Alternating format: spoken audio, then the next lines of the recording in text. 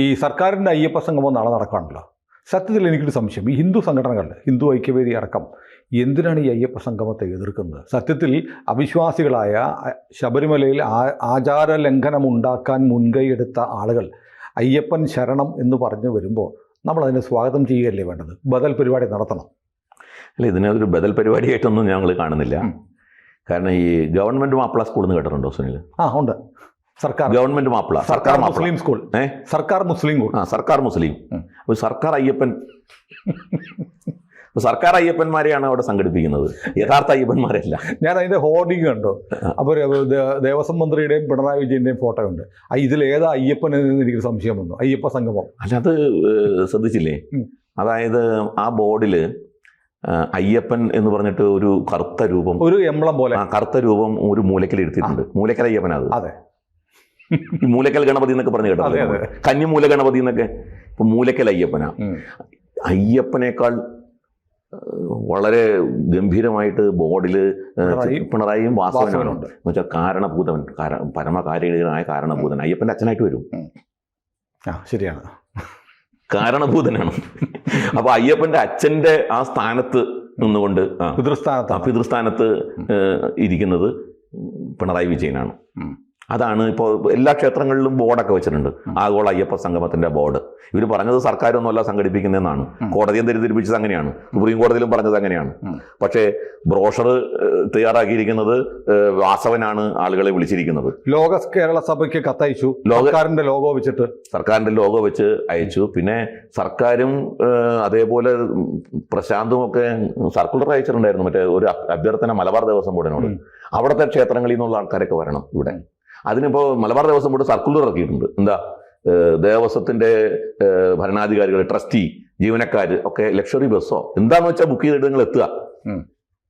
പണം ദേവസ്വം ഫണ്ടിൽ നിന്ന്, അതായത് ക്ഷേത്ര ഫണ്ടിൽ നിന്ന് ഉപയോഗിക്കണം. കോടതി പറഞ്ഞത് എന്തായിരുന്നു? ഞങ്ങൾ സ്പോൺസർഷിപ്പിലൂടെ 7 കോടി രൂപയാണ്.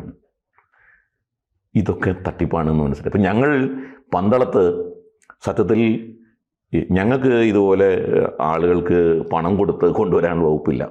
ഇവര് കുറച്ചും കൂടി നന്നായിട്ട് സർക്കാർ സംഗമം നടത്താമായിരുന്നു. കാരണം കുടുംബശ്രീക്കാർക്ക് ഒരു കത്ത് കൊടുത്താൽ മതി. പിന്നെ CIT യൂണിയൻ പണിയിലാണ്ടിരിക്കുക. പഴയ പോലെ ചുമട്ടൊന്നുമില്ല ഇപ്പോൾ ഒക്കെ മെഷീനറിയാണ് നടക്കുന്നത്. ഇപ്പോൾ CIT യൂണിയൻകാർ പണിയിലാന്ന് പറഞ്ഞ് നടക്കുക. അവർക്കൊരു ഇപ്പോൾ ചുവന്ന ഷർട്ടിന് പകരം കറുത്ത ഷർട്ട് കൊടുത്താൽ പോരെ, അല്ലെങ്കിൽ നീല ഷർട്ടിന് പകരം കറുത്ത ഷർട്ട്. പിണറായിക്ക് പങ്കെടുക്കാൻ പറ്റൂല, കറുപ്പ് കണ്ടാ പ്രശ്നമാണ്. അപ്പോൾ അല്ല, അതുകൊണ്ട് ഇപ്പോൾ ഇവിടെ വരുന്നവരൊക്കെ ആരൊക്കെ കറുപ്പെടുത്ത് വരാന്നുള്ളൂ. അതുകൊണ്ടാണ് പറഞ്ഞത് താല്പര്യമുള്ളവർ ശബരിമലയിൽ പോയാന്ന് പറഞ്ഞിട്ടുണ്ട് പ്രശാന്ത്. താല്പര്യമുള്ള, അപ്പോൾ താല്പര്യമില്ലാത്തവരും അവിടെ വരും, താല്പര്യമില്ലാത്തവർ വരും. കാരണം എന്ന് വെച്ചാൽ ഈ പണമെറിഞ്ഞ് പണം കൊയ്യാൻ താല്പര്യമുള്ളവരുണ്ട്, ഷൈലോക്ക് മനസ്സിലുള്ളവർ. അത്തരം ആൾക്കാർ ഇവിടെ പണം എറിഞ്ഞിട്ട് അതിൻ്റെ ഇരട്ടി ലാഭം ഉണ്ടാക്കാം ശബരിമലയിലൂടെ എന്ന് വിചാരിക്കുന്നവരും വന്നേക്കാം. ഞാൻ ആലോചിക്കാറുണ്ട്, ഇപ്പോൾ 7 കോടി രൂപ സ്പോൺസർഷിപ്പ് ആണെന്ന് പറയുന്നത്. ഈ സംഗമത്തിന് വേണ്ടി 7 കോടി സ്പോൺസർ ചെയ്യുന്നവർക്ക് തിരിച്ചെന്തായിരിക്കും കിട്ടുക? അല്ല, അത് ഇപ്പോൾ സ്വർണ്ണപ്പാളിയിൽ ചെയ്തവർക്ക് എന്താ കിട്ടുക? സ്വർണ്ണപ്പാളിയിൽ ഇപ്പോൾ 4.5 കിലോ ഭഗവാനുള്ള വഴിപാടാണ്. അല്ല, അത് ഭഗവാനുള്ള വഴിപാടാണ്. ആ വഴിപാട് നടത്തിയിട്ട് ഭഗവാനെ തന്നെ പറ്റിച്ചില്ലേ? 4 കിലോ സ്വർണം പോയി. 4 കിലോ സ്വർണം പോയില്ലേ? ഭഗവാനെ തന്നെ പറ്റിച്ചില്ലേ? ഇതൊരു നല്ല കളവ് കേന്ദ്രമാണെന്നേ. ദേവസ്വം ബോർഡ് എന്ന് പറഞ്ഞാൽ നല്ല ചക്കരക്കൊടാണ്. ആർക്കും കൈയിടാം, കാരണം അവിടെ ചോദിക്കാനും പറയാൻ ആളില്ല. പിന്നെ നിങ്ങൾ സുനിൽ ആലോചിച്ചു, ഈ ഹൈക്കോടതി ഇങ്ങോട്ട് ഇല്ലെങ്കിൽ എന്തായിരുന്നതിന് ദേവസ്വം ബോർഡിന്റെ സ്ഥിതി? ദേവസ്വം ബോർഡിന്റെ സ്ഥിതി എന്തായിരുന്നതിന്? ഹൈക്കോടതി ഉണ്ടായിട്ട് ഹൈക്കോടതി അറിയാതെ കൊണ്ടുപോയി. അല്ലെ, ഹൈക്കോടതിയുടെ പല നിലപാടുകളും ആരോ പറഞ്ഞ മാതിരി ദേവസ്വം ബോർഡിന്റെ രാഷ്ട്രീയ നിലപാടിന്റെ ഒപ്പം നിന്നുകൊണ്ട് ഹൈക്കോടതി നടത്തിയിട്ടുള്ള പല സന്ദർഭം ഇരിക്കട്ടെ. എങ്കിൽ പോലും ചില കാര്യങ്ങളെങ്കിലും ഹൈക്കോടതി ഉള്ളതുകൊണ്ട്, ഇപ്പൊ ഹൈക്കോടതി ഇല്ലെങ്കിൽ ഈ സംഭവം അറിയുമായിരുന്നു? നമ്മൾ അറിയില്ലായിരുന്നു. ഹൈക്കോടതി ഉള്ളതുകൊണ്ടാണ് ഇത് സ്വമേധ എടുത്ത കേസാ. ഹൈക്കോടതി സിയോമോട്ടോ എടുത്ത കേസാ. സ്പെഷ്യൽ കമ്മീഷന്റെ റിപ്പോർട്ട് അടിസ്ഥാനപ്പെടുത്തിയിട്ട് സിയോമോട്ടോ എടുത്ത കേസാ. നമ്മൾ അറിയുമായിരുന്നോ? അയ്യപ്പനെ വിൽക്കും വരും. അല്ലെ, വിറ്റല്ലോ. വേറെ പഞ്ചലോക വിഗ്രഹം വെക്കാൻ ഇടയാറിലുള്ള സഹദേവന്, ഇടയാർ മറ്റേ തമിഴ്നാട്ടില് സഹദേവന് പഞ്ചലോക, അതാണ് അതിൽ ഏറ്റവും രസകരം. പഞ്ചലോക വിഗ്രഹം ഉണ്ടാക്കാൻ കൊടുത്തിട്ട് അയാൾ ഉണ്ടാക്കി കൊടുക്കുന്ന വിചാരിച്ചത്. അത് അപ്പൊ അയാൾ റിസീപ്റ്റ് അടിച്ച് വേറെ ആൾക്കാർ ഇടയാറല്ല, സ്ഥലം പേര് മറന്നുപോയി. തമിഴ്നാട്ടിലാണ്. തട്ടിപ്പാണ് മുഴുവൻ. നഖശികാന്ത് തട്ടിപ്പ്. അപ്പൊ ഇവിടെ പന്തളത്ത് നടത്തുന്നതെന്ന് പറയുമ്പോൾ നമ്മൾ യഥാർത്ഥത്തിൽ ശബരിമല സംരക്ഷണ സംഘം എന്നുള്ള പേരിലാണ് നമ്മൾ നടത്തുന്നത്. ഇത് ഈ തരത്തിലൊരു സംഭവം നടത്താനുള്ള സാഹചര്യം ഉണ്ടായത് തീർച്ചയായിട്ടും അയ്യപ്പ സംഗമമാണ്. കാരണം അയ്യപ്പന്മാർ കബളിപ്പിക്കാൻ പാടില്ല. ഈ അയ്യപ്പ ശബരിമല നമ്മൾ 24 അല്ലേ, 22-ാം തീയതി നടക്കുന്ന ഈ തിങ്കളാഴ്ച എന്താണ് അവിടെ നടക്കുന്നത്? ശബരിമല സംരക്ഷണ സംഗമം എന്നുള്ള പേര് നടക്കുന്നത് രാവിലെ മുതൽ ഉച്ചവരെ 10 മണി മുതൽ ഉച്ചവരെ ശബരിമലയുടെ വികസനവുമായി ബന്ധപ്പെട്ട് വിശ്വാസത്തോടൊപ്പം വികസനം, ഇതാണ് ഞങ്ങൾ മുന്നോട്ട് വയ്ക്കുന്നത്. വിശ്വാസത്തോടൊപ്പം വികസനം. താല്പര്യമുള്ളവർ ശബരിമലയിൽ പോയാൽ മതി എന്നുള്ള അന്തരീക്ഷമൊന്നുമല്ല, വിശ്വാസമുള്ളവർ വന്നാൽ മതി. വിശ്വാസികളായ ആർക്കും വരാം. വിശ്വാസികളായ ഒരു ഇപ്പൊ ഇത് ഇവിടെ വരുന്നവർക്ക് ആർക്ക് എങ്ങനെയാ പ്രയോറിറ്റി നിശ്ചയിച്ചെന്ന് എനിക്ക് അറിഞ്ഞുകൂടാ. സർക്കാർ ഡയമണ്ട് ചിലപ്പോൾ അതായിരിക്കാം. ഇവിടെ അങ്ങനെ യാതൊരു ഡിസ്ക്രിമിനേഷനും ഇല്ല, ക്രൈറ്റീരിയ ഇല്ല. വിശ്വാസികളാണോ നിങ്ങൾക്ക് വരാം. അവിടെ സെമിനാറുണ്ട്, ശബരിമല വികസനവുമായി ബന്ധപ്പെട്ട് ഉള്ള സെമിനാറുണ്ട്. ഉച്ചവരെ ആ വിഷയത്തിൽ വിദഗ്ധരായിട്ടുള്ള ആളുകൾ പങ്കെടുത്തുകൊണ്ട് സെമിനാറുണ്ട്. ഉച്ചയ്ക്ക് 3 മണിക്ക് വിശ്വാസി സംഗമമാണ്, വിശ്വാസികളുടെ ഒരു സംഗമമാണ്. ഇപ്പോൾ ആ പരിപാടി ഉദ്ഘാടനം ചെയ്യാമെന്ന് നേരിട്ടുള്ളത് തമിഴ്നാട്ടിലെ അണ്ണാമലൈ ആണ്. അദ്ദേഹം തമിഴ്നാട്ടിലെ ക്ഷേത്രങ്ങളെ സംബന്ധിച്ച് വളരെ അഗാധമായി പഠിച്ചിട്ടുള്ള ഒരാളാണ്. അവിടെ മുരുക ഭക്ത സംഗമം സംഘടിപ്പിക്കുക, മുരുക ഭക്ത സംഗമത്തിൻ്റെ നേതൃത്വം, മുരുക യാത്രയൊക്കെ അദ്ദേഹം നടത്തിയിരുന്നു. തമിഴ്നാട് മുഴുവൻ ഇളക്കി മറിച്ചുകൊണ്ട് അണ്ണാമലൈ BJP പ്രസിഡന്റ് ആയതിനു ശേഷം യാത്ര തന്നെയായിരുന്നു. പക്ഷേ അദ്ദേഹത്തെ ഒരു പൊളിറ്റീഷ്യൻ എന്നുള്ളതിനേക്കാൾ ഉപരിയായിട്ട് നമുക്ക് കാണാൻ സാധിക്കുക ഒരു ഭക്തൻ ആയിട്ടുള്ള ഒരു പൊളിറ്റീഷ്യനാണ് അദ്ദേഹം. അണ്ണാമലയെ സംബന്ധിച്ചിടത്തോളം ആ ഒരു രൂപമാണ് അദ്ദേഹത്തിനുള്ളത്.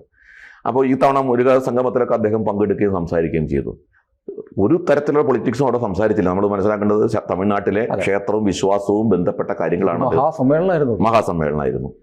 പന്തളത്ത് അത്തരത്തിലുള്ളൊരു സമ്മേളനം നടത്താനാണ് ഞങ്ങൾ ആഗ്രഹിക്കുന്നത്. പന്തളത്ത് ഇപ്പം തന്നെ ശ്രീലങ്ക അടക്കമുള്ള രാജ്യങ്ങളിൽ നിന്ന് ആളുകൾ വരും എന്ന് പറഞ്ഞിട്ടുണ്ട്. മറ്റു പല രാജ്യങ്ങളിൽ നിന്നും വരുന്നുണ്ട്, മറ്റ് സംസ്ഥാനങ്ങളിൽ നിന്ന് പ്രതിനിധികൾ വരുന്നുണ്ട്. ഓരോ സംസ്ഥാനത്തു നിന്നും 10ഉം 200ഉം പ്രതിനിധികൾ വെച്ച് വരാൻ വേണ്ടി ഞങ്ങൾ ഷോർട്ട് നോട്ടീസിൽ നിശ്ചയിച്ച ഒരു പരിപാടിയാണ്. വലിയ ജനസംഖ്യയായിരിക്കുമല്ലോ, വലിയ തോതിൽ ആളുകൾ വരും എന്നാണ് ഞങ്ങൾ പ്രതീക്ഷിക്കുന്നത്. പന്തളത്തിന്റെ സൗകര്യത്തിന് ഒതുങ്ങുന്ന തരത്തിലുള്ള ആളുകൾ അവിടെ വരും എന്ന് പ്രതീക്ഷിക്കുന്നുണ്ട്. പ്രമുഖരായിട്ടുള്ള കേരളത്തിലെ പ്രമുഖരായിട്ടുള്ള ആളുകൾ ആ സമ്മേളനത്തിൽ പങ്കെടുക്കും. ചിദാനന്ദപുരി സ്വാമി വരും എന്നാണ് നിങ്ങൾ വിചാരിക്കുന്നത്. ഷോർട്ട് നോട്ടീസ് ആയതുകൊണ്ട് അവർ നേരത്തെ നിശ്ചയിച്ച ചില പരിപാടികൾ ഉള്ളതുകൊണ്ട് ഇപ്പോൾ സുരേഷ് ഗോപി പങ്കെടുക്കുമെന്ന് ഞങ്ങൾ വിചാരിച്ചിരുന്നു. സുരേഷ് ഗോപിയുടെ ഷൂട്ടിംഗ് ഉള്ളതുകൊണ്ട് വരുമോ എന്നുള്ള കാര്യത്തിൽ ഇപ്പോഴും ഒരു കൺഫർമേഷൻ ആയിട്ടില്ല. കാരണം ഇതെല്ലാം ഷോർട്ട് നോട്ടീസിൽ നടന്ന പരിപാടികളാണ്. അവർ മുൻകൂട്ടി നിശ്ചയിച്ച പരിപാടികൾ ഉള്ളതുകൊണ്ട് ചിലർക്ക് അതിൻ്റെ അസൗകര്യങ്ങൾ പറഞ്ഞിട്ടുണ്ട്. പക്ഷേ ഇത് ഒരു വലിയ സംഗമമായിട്ട് മാറാൻ പോവുകയാണ്. സർക്കാരിൻ്റെ പരിപാടി എന്നുള്ളതിനേക്കാൾ ഉപരിയായിട്ട് വിശ്വാസികൾ ശബരിമലയുടെ സംരക്ഷണം ലക്ഷ്യം വെച്ചുകൊണ്ട് നടത്തുന്ന പരിപാടി. ആ നിലയ്ക്ക് ഇതിന് അതിൻ്റെതായിട്ടുള്ളൊരു പ്രാധാന്യമുണ്ട് എന്നാണ് ഞങ്ങൾ വിചാരിക്കുന്നത്. ജനങ്ങൾക്ക് ഇത് രണ്ടും കണ്ടാൽ തിരിച്ചറിയാം എന്താണ് യഥാർത്ഥത്തിൽ നടക്കുന്നത് എന്നുള്ളത്. ഇപ്പോൾ സർക്കാർ ചെയ്തിട്ടുള്ള ഒരു ഏറ്റവും വലിയ അന്യായം എന്താ? ഇന്ന് പുറത്തു വന്ന വാർത്ത 20,000 പേർക്ക് റെസ്ട്രിക്റ്റ് ചെയ്തു എന്നാണ്. ഇന്നും നാളെയും ശബരിമലയിലെ ദർശനം 20,000 പേർക്കായിട്ട് 80,000 പേർക്ക് പോകാമല്ലോ. ഇന്ന് രാവിലെ ഇപ്പോൾ ഞാൻ കണ്ട വാർത്ത 20,000 പേർക്ക്. ഇന്നലെ ഞാൻ നോക്കിയായിട്ടത് അങ്ങനെ ഇല്ലെന്ന് പറഞ്ഞിരുന്നു. പക്ഷെ ഇന്ന് രാവിലെ വെർച്വൽ ബുക്കിംഗ് ബ്ലോക്കാണ്. 20,000-ൽ കൂടുതലുള്ള ആൾക്കാരെ ബ്ലോക്ക് ചെയ്തിരിക്കുകയാണ്. ഇപ്പൊ ഇന്ന് രാവിലെ എന്തായിരിക്കും കാരണം? അല്ല, ആകെ 5,000-ൽ താഴെ ആൾക്കാരാണ് സംഗമത്തിന് വരുള്ളൂ. 5,000 പേരാണ് രജിസ്റ്റർ ചെയ്തേക്കണെന്ന് പറഞ്ഞു. അപ്പൊ 5,000 താഴെ ആൾക്കാരല്ലേ വരുള്ളൂ. 3,500 എന്നൊക്കെ പറയുന്നു. 3,500 എന്ന് പറയുന്നു. ഒരു ദിവസം ശബരിമലയിൽ വരാവുന്ന ആൾക്കാരുടെ എണ്ണം എത്രയാ? 80,000, 85,000 ഒക്കെയാണ്. അപ്പോൾ 20,000-ൽ റെസ്ട്രിക്റ്റ് ചെയ്തേക്കണത് എന്തിനാണ്? അപ്പോൾ ബാക്കി 65,000 പേർക്ക് ഇനി ഇവരുടെ 3,500 കൂടി കൂട്ടും. അപ്പോൾ 25,000 കണക്കായിക്കോളൂ. ബാക്കി 60,000 പേരെ റെസ്ട്രിക്റ്റ് ചെയ്തത് എന്തിനാണ് എന്ന് വെച്ചാൽ ഈ 3,500 4,000 പേര് VIP-കളാണ്. അവർക്ക് സുഖമായിട്ട് തൊഴിൽ പോകണം. ഓരോരുത്തർക്കും അകമ്പടി സേവിക്കാൻ പോലീസ് വേണം. ഈ കാരണഭൂതൻ ശബരിമലയിൽ പോവോ? എനിക്ക് അറിഞ്ഞൂടാ കേട്ടോ. ആത്മാർത്ഥതയുണ്ടെങ്കിൽ പോണ്ടേ? ഞാൻ ഈ പറയുന്ന സുനി, ഈ അയ്യപ്പ സംഘമാണല്ലോ, ആഗോള അയ്യപ്പ സംഘമാണല്ലോ നടത്തുന്നത്. ഈ സർക്കാർ പ്രഖ്യാപിക്കുമോ ഞങ്ങൾ 2008-ൽ കൊടുത്ത ആ 2008-ലെ അഫിഡാവിറ്റ് വെച്ചിട്ടാണ് ഈ ജഡ്ജ്മെന്റ് ഉണ്ടായിരിക്കുന്നത്. 2008-ലെ അഫിഡാവിറ്റാണ്. സർക്കാർ 2008-ൽ സ്ത്രീ പ്രവേശനത്തിന് അനുകൂലമായി കൊടുത്തിട്ടുള്ള അഫിഡാവിറ്റ് ഞങ്ങൾ പിൻവലിക്കും. റിവ്യൂ ഹർജി കേസെടുക്കുന്ന സമയത്ത് ഞങ്ങളിത് പിൻവലിക്കും. പിണറായി വിജയൻ പറയണ്ടേ? വിശ്വാസി സംഗമം അയ്യപ്പ സംഗമമാണ് നടത്തുന്നത്. അയ്യപ്പന്മാരുടെ ലെവലേശമെങ്കിലും ആത്മാർത്ഥത ഈ ഗവൺമെന്റിനുണ്ടെങ്കിൽ, ശബരിമലയോട് ആത്മാർത്ഥതയുണ്ടെങ്കിൽ, ശബരിമലയുടെ ആചാരാനുഷ്ഠാനങ്ങൾ പാലിക്കപ്പെടേണ്ടതാണ് എന്ന് ഈ സർക്കാർ കരുതുന്നുണ്ടെങ്കിൽ, അതിനോട് സർക്കാരിന് ആഭിമുഖ്യമുണ്ടെങ്കിൽ 2008 കൊടുത്തിട്ടുള്ള പിൻവലിക്കണം. പിണറായി വിജയൻ പ്രഖ്യാപിക്കട്ടെ. ഞങ്ങൾ കാത്തിരിക്കുകയാണ്, വിശ്വാസികൾ കാത്തിരിക്കുന്നതിനാണ്.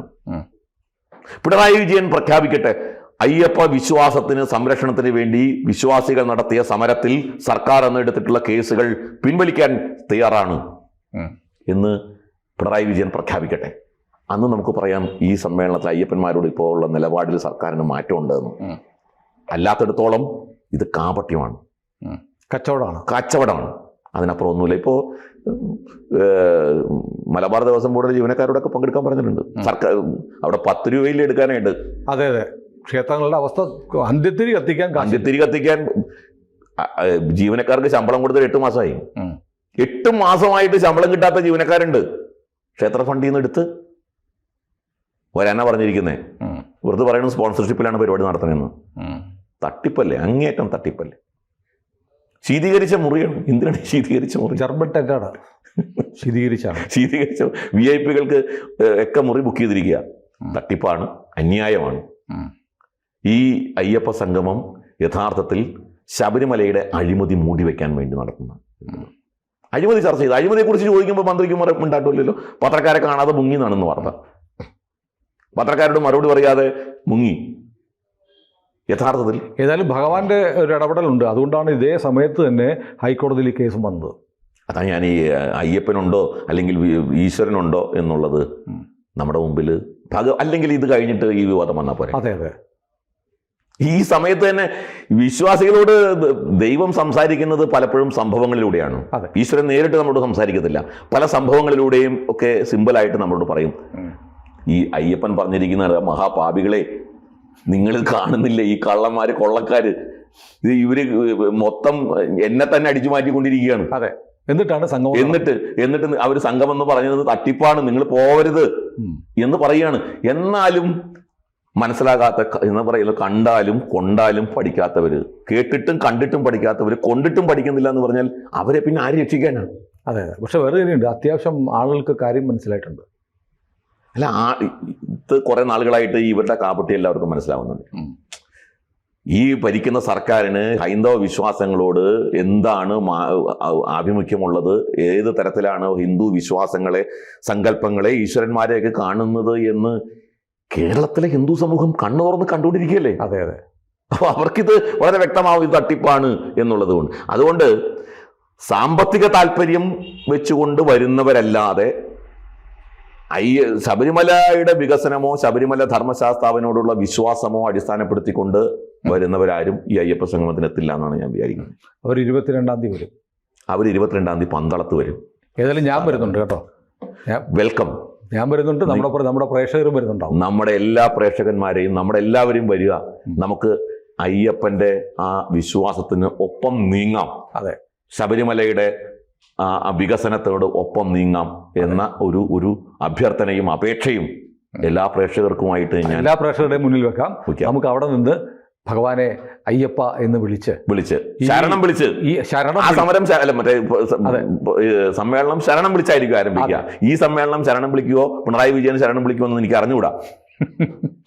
അല്ല, ഒരുപാട് ഭൂതങ്ങൾ നമ്മളെ ചുറ്റും ഇങ്ങനെ വരിഞ്ഞു മുറുക്കിയിരിക്കുകയാണ്. ഈ ഭൂതങ്ങളിൽ നിന്നൊക്കെ ഭൂതനാഥൻ നമ്മെ രക്ഷിക്കട്ടെ. കൂടുതൽ വാർത്തകളും വിശേഷങ്ങളും നിങ്ങളിലേക്ക് എത്താൻ ABC മലയാളം സബ്സ്ക്രൈബ് ചെയ്യുക, ബെൽ ബട്ടണും അമർത്തുക.